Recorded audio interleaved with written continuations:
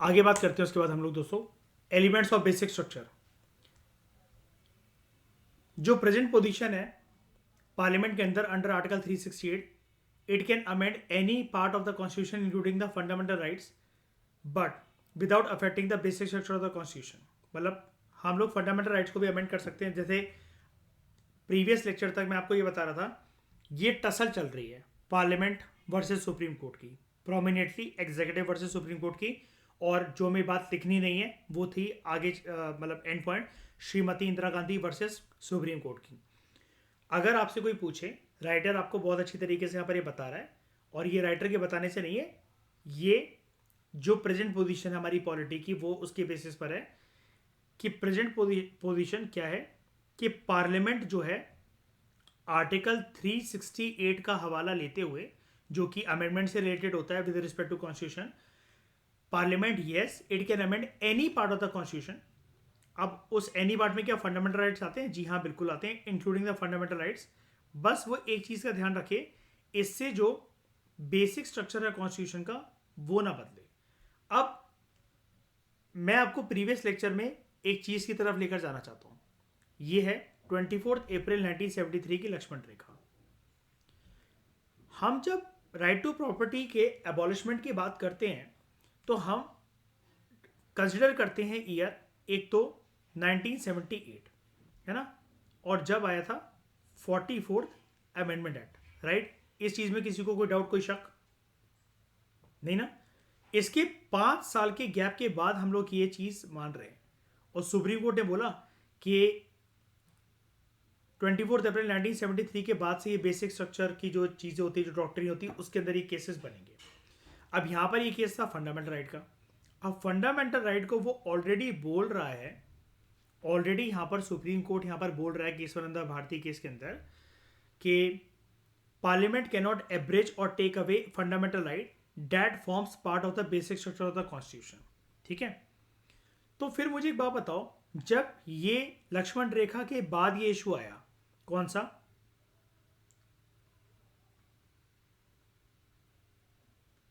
Right to property को हटाने का, जो कि हमारा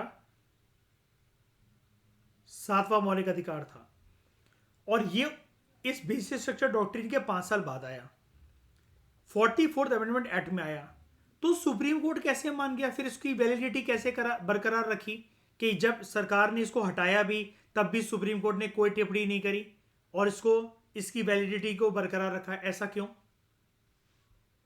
मेरी बात समझ में आ रही है? मैंने क्या पूछा, मैं रिपीट करता हूं अपना क्वेश्चन। देखो श्रेया, बेसिक स्ट्रक्चर डॉक्ट्रिन की लक्ष्मण रेखा ये है मयूर, ठीक है। इसके 5 साल के बाद सरकार कोशिश कर रही है मौलिक अधिकारों को हटाने की। इसी बेसिक स्ट्रक्चर डॉक्ट्रिन का, बेसिक स्ट्रक्चर डॉक्ट्रिन की जजमेंट और इसका दिलासा देते हुए सुप्रीम कोर्ट हमें बोल चुका है क्रिस्टल क्लियर शब्दों में कि fundamental rights that form part of the basic structure of the constitution can not be taken away by the parliament using article 368, क्योंकि वो बेसिक स्ट्रक्चर का पार्ट है। तो ये राइट टू प्रॉपर्टी जो कि इस बेसिक स्ट्रक्चर डॉक्ट्रिन के सुप्रीम कोर्ट की इतनी बड़ी बात बोलने के 5 साल के बाद हट रहा है, वो भी 44th अमेंडमेंट एक्ट 1978 से, ये बेसिक स्ट्रक्चर डॉक्ट्रिन 1973 में आ गई, 5 साल के बाद हट रहा है, और वो भी मौलिक अधिकार हट रहा है। तो सुप्रीम कोर्ट इस मौलिक अधिकार को फंडामेंटल राइट्स की लिस्ट से निकालने के लिए वैलिड क्यों मान रहा है इस चीज को, सरकार के सेक्शन को क्यों? ये जानना है मुझे आपसे। अरे यार,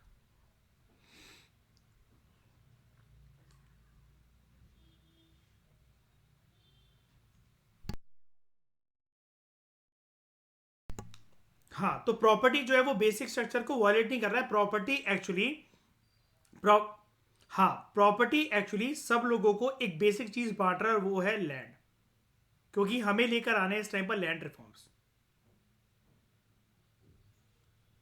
हाँ, सरकार मत, हाँ मैं वही बोलना चाह रहा था, यही वर्ड चाहिए था मुझे। सरकार वेलफेयर अप्रोच का सहारा लेते हुए अगर एक एफआर की कुर्बानी दे रही है, जिसकी वजह से हमारे समाज में हैव्स एंड हैव नॉट्स के बीच में जो गैप है, अगर वो ब्रिज हो रहा है, वो कम हो रहा है, तो क्या ये अच्छी बात है कि बुरी बात है? ये अच्छी बात है। यानी कि सरकार या सुप्रीम कोर्ट किसको कंसिडर कर रहे हैं?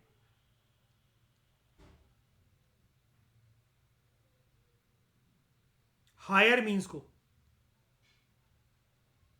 टू अचीव हायर एंड्स, बड़ी चीजों को। मतलब अब कहने मतलब इसका मतलब ये है श्रेया, एक नजरिए में मयूर कहने को तो हम मान सकते हैं कि अरे यार बाप रे, मौलिक अधिकारों को छेड़ रही है सरकार, उसको निकाल रही है, सुप्रीम कोर्ट भी इसको वैलिड करार दे रहा है। ये टर्म सुनने में बहुत बड़ी लग सकती है शानी में, मौलिक अधिकार मौलिक अधिकार मौलिक अधिकार।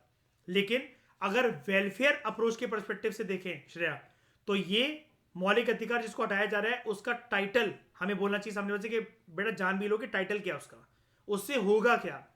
अगर उसको हटाकर लीगल राइट बनाया जा रहा है तो उससे फायदा क्या होगा। बल्कि अगर इसको एफआर रखा जाता ना, अगर इसको फंडामेंटल राइट रखा जाता, तो ये अमीर और गरीब के बीच में जो गैप है ये और ज्यादा होता, राइट। बहुत सारी चीजें नहीं होती। अब अच्छा एक बात बताओ, आज के समय में अंबानी अदानी के पास जितना पैसा है, तो हमें तो जाके चंद्रमा पे अपना घर बनाना पड़ता, पूरा इंडिया ले चुके होते। क्यों श्रेया चैनी, सारी सारी प्रॉपर्टी वगैरह सबको हर एक जगह से खरीद चुके होते, और फिर किसानों की ना जमीन पे जमीन रहती ना कुछ रहती, पूरी प्रॉपर्टी इनकी होती। वो एक लीगल राइट है। और लीगल राइट के तहत जैसे दिल्ली में जब मेट्रो बनी थी, सरकार ने सबसे बोला था कि हम हायर एंड्स के लिए आपके घरों को पीछे सरकार ने जा रहे हैं, डोंट वरी आपको मुआवजा मिलेगा, है ना।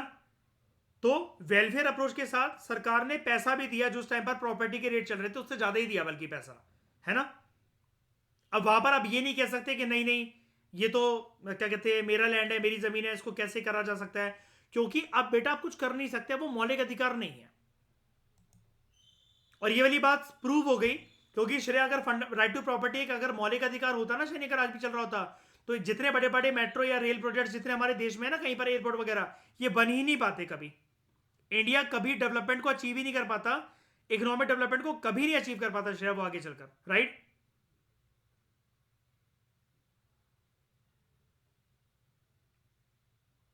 इसलिए इसको हटाना बहुत इंपॉर्टेंट था।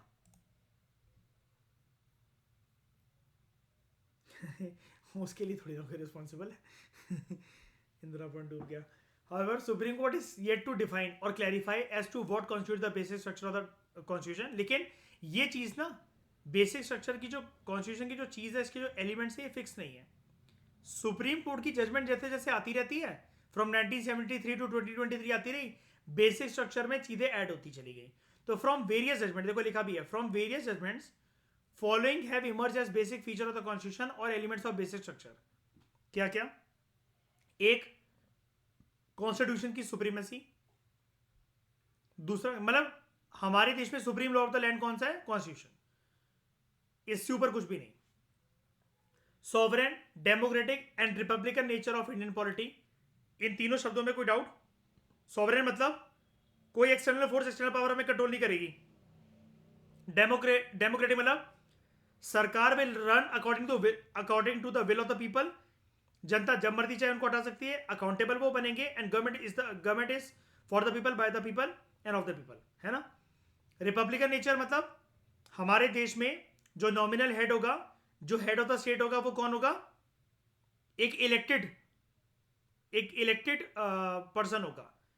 अब वो अलग बात है कि हमारे देश में क्या होता है, वो इनडायरेक्टली इलेक्टेड होता है, ठीक है, और जिसको हम लोग क्या कहते हैं? प्रेसिडेंट।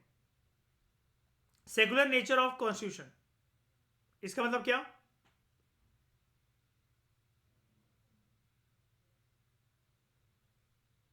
हाँ, देश में, हमारे देश का कोई भी एक स्टेट रिलीजन नहीं है ना, अनलाइक पाकिस्तान जिसने क्या अडॉप्ट कर रखा है अपना title, Islamic Republic of Pakistan, theocratic state. Separation of powers between the legislature, executive and judiciary, ठीक है, अपने अपने डोमेन में ताकि वो काम करें। फिर federal character of the constitution, अगर इस फेडरल कैरेक्टर को छेड़ना है, हम लोग कैसा अमेंडमेंट यूज करें श्रेया अंडर आर्टिकल 368?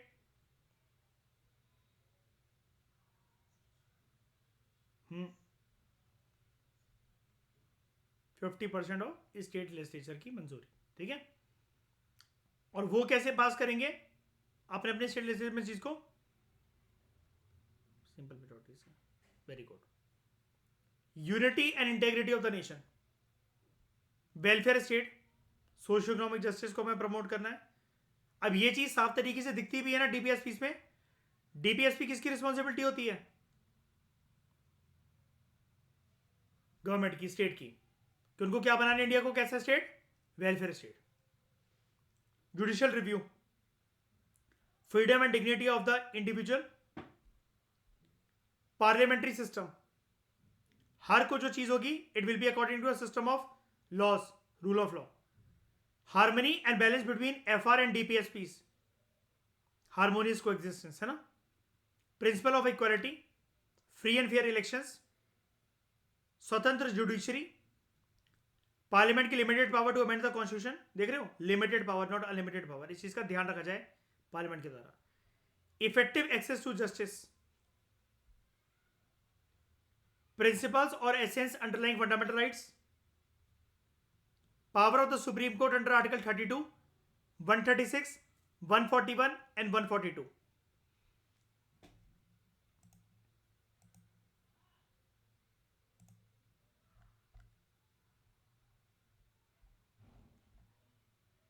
अब जैसे ये 32 वाला कौन सा होता है?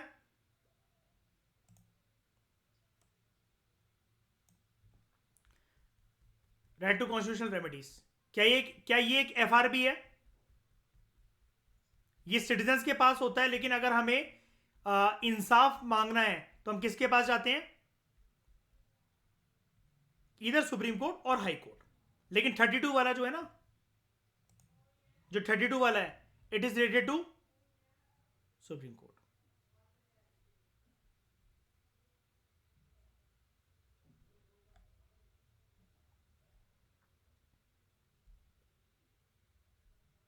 ठीक है, उसके बाद अगला क्या था यहां पर? 136 आर्टिकल दिखा देता हूं मैं आपको, कोई बात नहीं।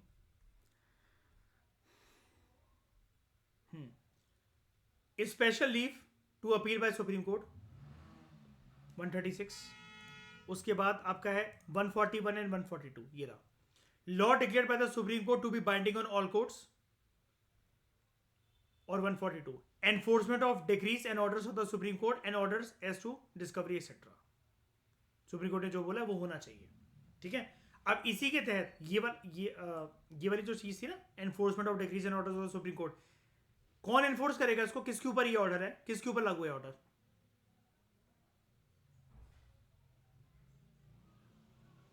Government and functionaries. ठीक है, अब जैसे एक बात बताओ सर, सुप्रीम कोर्ट ये कह रही है कि कहीं पर कोई ब्रिज गिर गया था, कुछ गिर गया था, तो कंपनसेशन मिलनी चाहिए पर्सन को। सरकार ये बोलती है कि हमारी वजह से थोड़ी ना गिरा, हम कहते हैं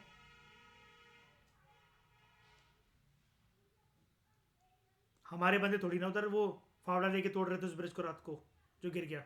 बोल सकती है सरकार ये सुप्रीम कोर्ट से? नहीं ना। सुप्रीम कोर्ट की बातों की मान्यता है, उसका पालन करना चाहिए, ये है इसका मतलब। ठीक है, and powers of the High court, same ये जो जैसे यहां पर पावर है, ऐसी हाई कोर्ट के पास पावर होती है अंडर 226 एंड 227। ठीक है, 226 powers of high court to issue certain writs. Writs तो सुप्रीम कोर्ट भी इशू कर सकते हैं अंडर आर्टिकल 32। 5 तरह की कौन सी रेट्स होती है शाइनी? Corpus mandamus, certiorari, prohibition and quo warranto. And 227 power of superintendence over all courts by the High Court. ठीक है, अब basic structure of the constitution की जो डॉक्ट्रिन आप जानते हो वो केशवंत भारती केस से इमर्ज हुई है, राइट? केशवंत भारती केस के अंदर ये सारी चीजें जो है इमर्ज हुई हैं। अब इसके अंदर क्या है? केशवानंद भारती केस,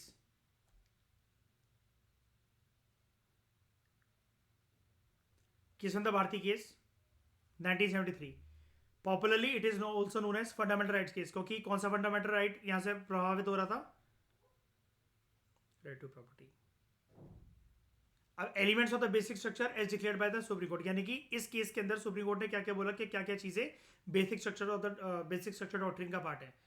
कॉन्स्टिट्यूशन की supremacy, separation of powers between legislature, executive, judiciary, republic and democratic form of government, secular character of constitution, federal character of constitution, sovereignty and integrity of India, freedom and dignity of the individual, mandate to build a welfare state and parliamentary system.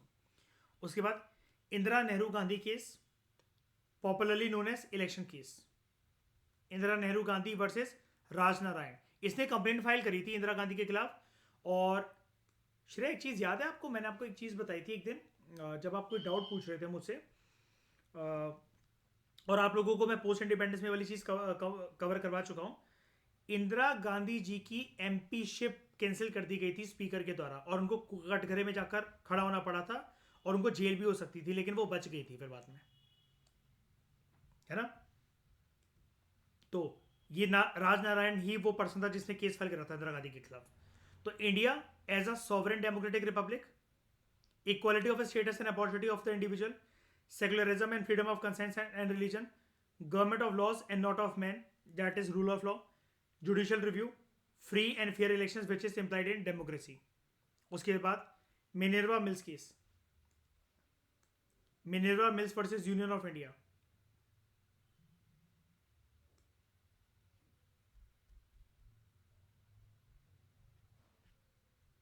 यहां पर क्या चीजें निकल कर आई? Limited power of the parliament to amend the constitution, judicial review, harmony and balance between fundamental rights and DPSPs, central coal fields limited case, effective access to justice, Bhim Singh ji case, welfare state socio economic justice की यहां पर बात हुई, DPSPs, SP Sampath Kumar case, rule of law, judicial review, P Sambamurthy case, rule of law, judicial review, Delhi judicial service association case, Supreme Court की power के बारे में यहां पर हाईलाइट करा गया अंडर, जैसा कि अभी हम देख रहे थे, article 32, 136, 141 and 142. Indira Sawhney case, very important, popularly known as Mandal case, rule of law. Kumar Padma Prasad case, independence of judiciary, very popular. Kihoto Hollohan versus Zachillhu case, also known as defection case, free and fair elections and sovereign democratic and republican structure. Raghunath Rao case, principle of equality and unity and integrity of India. SR Bommai case, federalism, secularism, democracy, unity and integrity of the nation, social justice and judicial review.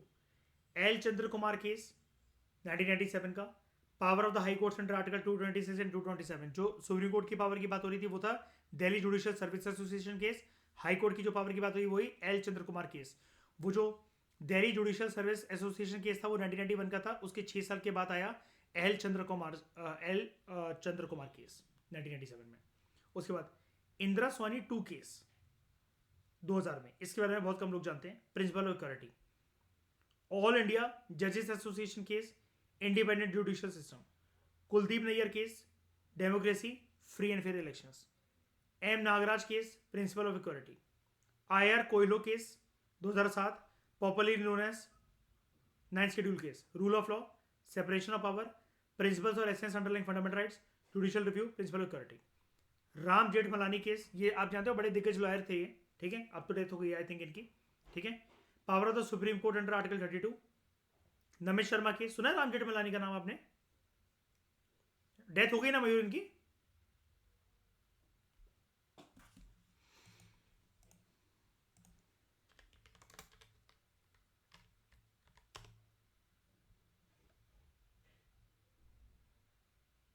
Day 2019. Former minister of law and justice of India भी रह चुकी हैं, ठीक है. उसके बाद Namit Sharma case, freedom and dignity of the individual, Madras bar association case, judicial review and power of the High court under article 226 and 227 repeat करी गई यहाँ पर, ठीक है. ये आप केस अलग अलग जगह पर जब आप अपनी मेंस आंसर राइटिंग करते हो, कुछ भी करते हो, तो आप इन केसेस को लिख सकते हो. बहुत सारी चीज़ें आपको रिपीटेड भी मिलेंगी. उन सारी चीज़ों का देखो, इसको ना लर्न ऐसे नहीं करा जाता. अब तो सामने दे रखा था तो मैंने पढ़ा दिया अभी आपको. इनको ऐसे लर्न करता हूँ मैं पर्सनली जब एग्ज़ाम से पहले या कुछ भी है, जब मैं अपनी कंपाइलेशंस करता हूँ. जैसे सुप्रीम कोर्ट की जो पावर है, आपने लिखा सुप्रीम कोर्ट की पावर आर्टिकल 32, 136, 141 एंड 142, यह रूल ऑफ लॉ है. तो इसके रूल ऑफ लॉ की मैंने एक हेडिंग बनाई और फिर इसके अंदर लिखा मैंने कि सुप्रीम कोर्ट की ये वाली जजमेंट थी, ये वाली जजमेंट थी, ये वाली जजमेंट थी.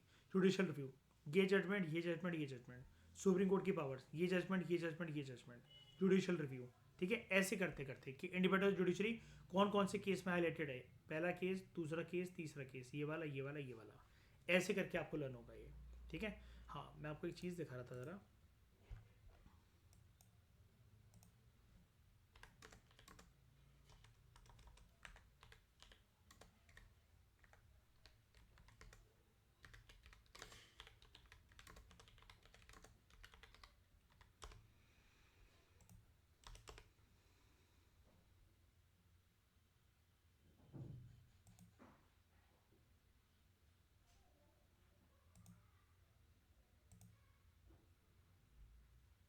ये यूपीएससी के मेंस में क्वेश्चन आया था एक बारी। ठीक है। सो ये यूपीएससी ने पूछा था, what was held in Coelho case in this context, can you say that judicial review is of key importance amongst the basic feature of the constitution. जो भी जुडिशियरी के basic feature of the constitution है, तो उसके अंदर क्या judicial review सबसे important है। तो आई आर कोयलो केस ये जो था वर्सेस स्टेट ऑफ तमिलनाडु। ठीक है। रूल ऑफ लॉ की बात यहाँ पर करी गई, सेपरेशन ऑफ पावर्स, प्रिंसिपल और essence underlying fundamental rights, judicial review and principal of equality. बस आपको सिंपली ये पॉइंट बताकर आने होते हैं जब भी वो आपसे पूछे। कभी ऐसा क्वेश्चन कभी आया नहीं कि उसने केस के बारे में कभी नहीं पूछा, ये एक एक्सेप्शनल क्वेश्चन था। लोग इसके बाद पागलों की तरह सुप्रीम कोर्ट के केसेस के जजमेंट के मतलब कंपाइलेशन बनाने लग गए, A4 शीट्स बनाने लग गए। यार देखो, ऐसे तैयारी नहीं होती है इन सुप्रीम कोर्ट की जजमेंट्स की, क्योंकि आप तो एक बुक खरीद के ले आओगे, आप लक्ष्मीकांत से कंपाइलेशन कर लोगे, लेकिन जिस साल आप एग्जाम दे रहे हो, छोटे मोटे बड़े केसेस में बहुत बार सुप्रीम कोर्ट की छोटी मोटी जजमेंट आती है। सुप्रीम कोर्ट की जजमेंट इस चीज़ को लेकर भी आती है कि उधर कोई नाला है, वो गंदा है, उसको साफ करो। तो आप क्या हर चीज़ों के कंपाइलेशन बनाते रहोगे। अब इंस्टीट्यूट्स का कहना ये था, ये बहुत एक रिमार्केबल इंपॉर्टेंट जजमेंट वाला केस था, इसके बारे में आपको पता होना चाहिए था। पता होना चाहिए से था क्या मतलब होता है फिर? ऐसे तो पृथ्वी की बहुत सारी चीज़ें पता होनी चाहिए, ये कोई मतलब नहीं होता। वो क्वेश्चन ऐसा था कि इसका अगर मैं पर्सनली होता तो इसका पहला पार्ट छोड़ देता मैं। ठीक है। लेकिन मेरे को मार्क्स फिर भी पूरे नहीं मिलते, मैं जानता हूँ 1 या 2 नंबर मिलते हैं, शायद से 0 ही मिलता, लेकिन फिर भी इसको एड्रेस करने की कोशिश करता अगर मेरे पास टाइम बचता बाकी क्वेश्चंस के बाद। तो क्योंकि ये वाला आस्पेक्ट मैं आराम से एड्रेस कर सकता हूँ, भले मुझे कोयले केस के बारे में नहीं पता। Can you say that judicial review is of key importance among the basic feature of the constitution. जितने भी बेसिक फीचर्स है, क्योंकि आप बार बार देखोगे जुडिशियल रिव्यू की बार बार बात यहाँ पर हो रही है, और इस केस के अंदर भी जुडिशियल रिव्यू का पॉइंट हाईलाइट करा गया। तो वो आपसे पूछ रहा है कि सारे basic feature of the constitution में क्या जुडिशियल रिव्यू की सबसे की इंपॉर्टेंस है, सबसे इंपॉर्टेंट है ये। ठीक है। तो हम ऑब्वियसली बात है सिर्फ इसी की साइड नहीं लेंगे कि जुडिशियल रिव्यू सिर्फ होने से कुछ नहीं होता, और भी चीज़ें बहुत ज़्यादा इंपॉर्टेंट है। रूल ऑफ लॉ इंपॉर्टेंट है, सेपरेशन ऑफ पावर का कंसेप्ट इंपॉर्टेंट है, ये हम बनाकर लिख सकते हैं। अब कोयले को इसके बारे में नहीं पता तो नहीं पता भाई, उसमें कौन सी बड़ी बात है। इवन मैंने तो लॉ ऑप्शनल वालों से भी कई बार पूछा मैंने तो कि तुम्हें पता था इस केस के बारे में, तो उन्होंने बोला कि रिकॉल नहीं कर पाए हम लोग। किसी किसी ने बोला हाँ थोड़ा बहुत हमें याद आ रहा था, लेकिन जीएस पेपर 2 में हमने एक्सपेक्ट नहीं करा था। कुछ बोल रहे थे कि हमने सुना है इसके बारे में, हमें कुछ भी लिखने लायक नहीं आ रहा था याद कि हम ऑन द स्पॉट क्या लिखें। बस इतना कॉन्फिडेंस काफ़ी होता है